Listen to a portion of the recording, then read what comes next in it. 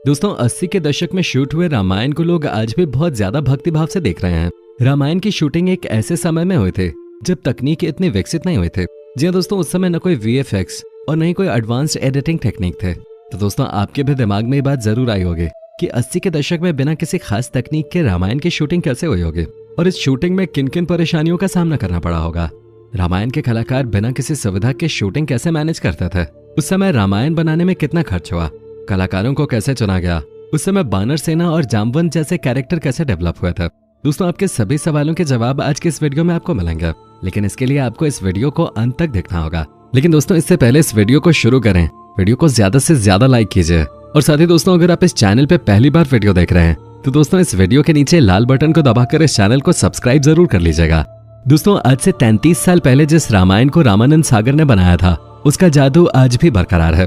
रामायण को फिल्माने के लिए एक ऐसी जगह की जरूरत थी जहां वन, नदी, खाली मैदान, पहाड़ और समुद्र तट एक साथ हों ताकि अलग अलग दृश्यों को फिल्माने के लिए ज्यादा दिक्कत ना हो।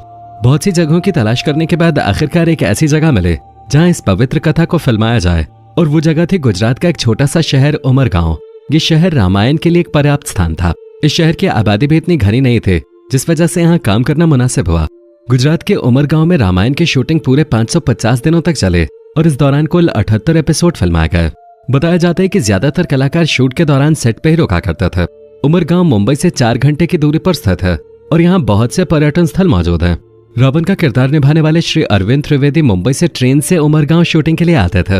दोस्तों शूटिंग के दौरान सभी कलाकारों में इतना मेलजोल बढ़ गया था कि जब रामायण के आखिरी एपिसोड की शूटिंग हुई तो सब भावुक हो गए थे और उन्हें ऐसा लग रहा था उनकी जिंदगी में से कुछ जुदा हो रहा है।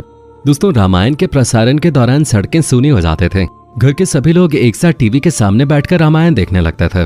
बहुत घरों में तो लोग इस दौरान अपने टीवी पे माला भी चढ़ाते थे।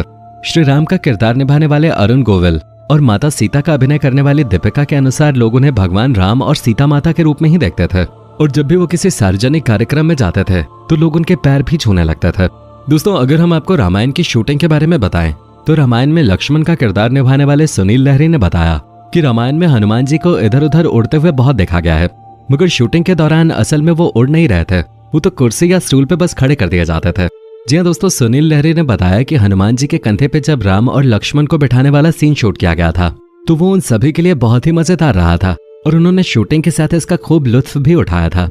रामायण के सीन में देखने को मिलता है कि हनुमान जी राम और लक्ष्मण को अपने कंधे पर बैठाकर वायु मार्ग से लेकर जाते हैं। रामायण का जो ये सीन क्रिएट किया गया है इसके लिए क्रोमा तकनीक को इस्तेमाल में लाया गया था। उसके बाद कई स्पेशल इफेक्ट्स भी इसमें डाले गए थे, तब जाकर वो सीन तैयार हो सका जिसे दर्शकों ने रामायण सीरियल में देखा है।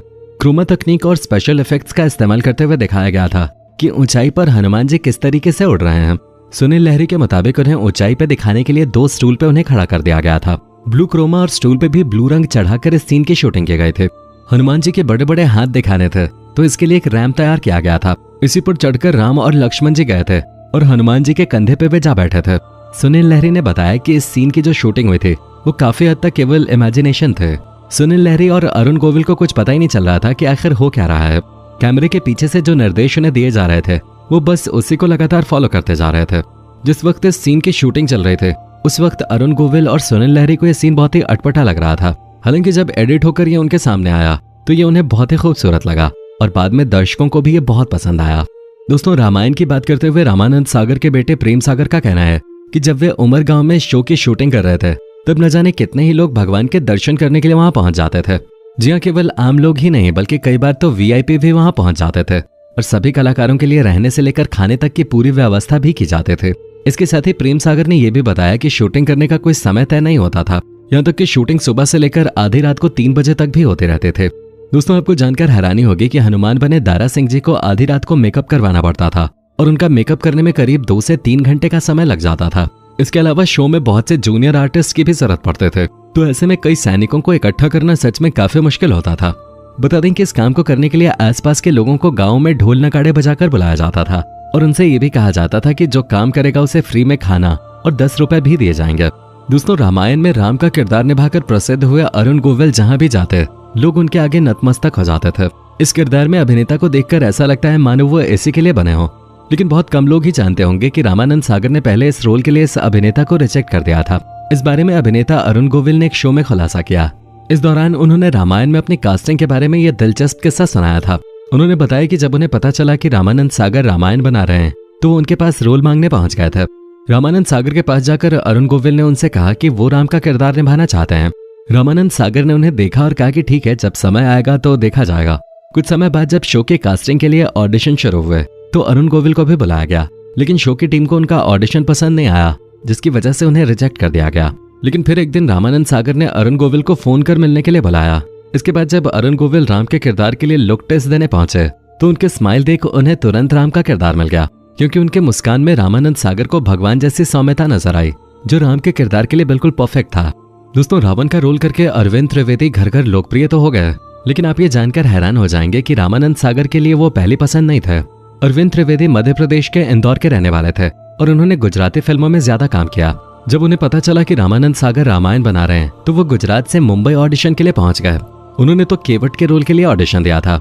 रावण के किरदार के लिए सभी चाहते थे कि अमरीश पुरी को लिया जाए। अरविंद त्रिवेदी ने केवट के किरदार के लिए ऑडिशन दिया।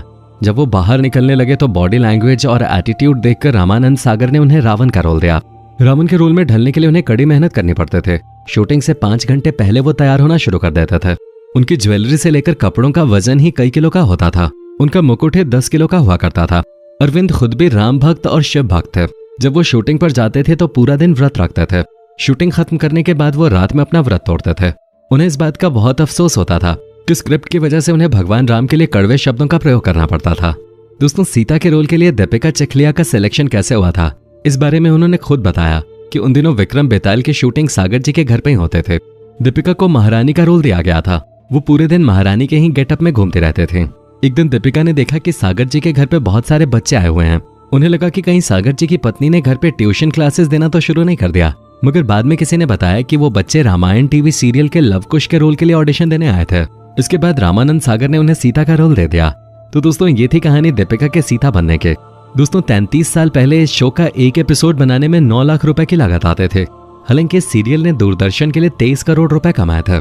रामानंद सागर का शो विक्रम बेताल का एक एपिसोड 1 लाख रुपए में बनता था। साल 1987 में 9 लाख रुपए आज के जमाने यानी कि 2022 में 1 करोड़ रुपए के बराबर हैं। यानी अगर आज रामायण बनाए जाते तो 1 करोड़ रुपए एक एपिसोड पर खर्च होते। लेकिन जब टीवी पर रामायण शुरू हुए तो दर्शकों ने इसे खूब प्यार दिया। इतना ही नहीं, साल 2003 में लिम्का बुक ऑफ रिकॉर्ड्स द्वारा साझा किए गए आंकड़ों के मुताबिक इस पौराणिक शो के पहले टेलीकास्ट एपिसोड को 40 मिलियन लोगों ने देखा था। उस समय रामायण को सिर्फ भारत में ही नहीं बल्कि 53 अलग अलग देशों में दिखाया गया। एक रिपोर्ट की माने तो रामायण ने अपने पहले प्रसारण के जरिए दूरदर्शन चैनल को 23 करोड़ रुपए का राजस्व दिया था।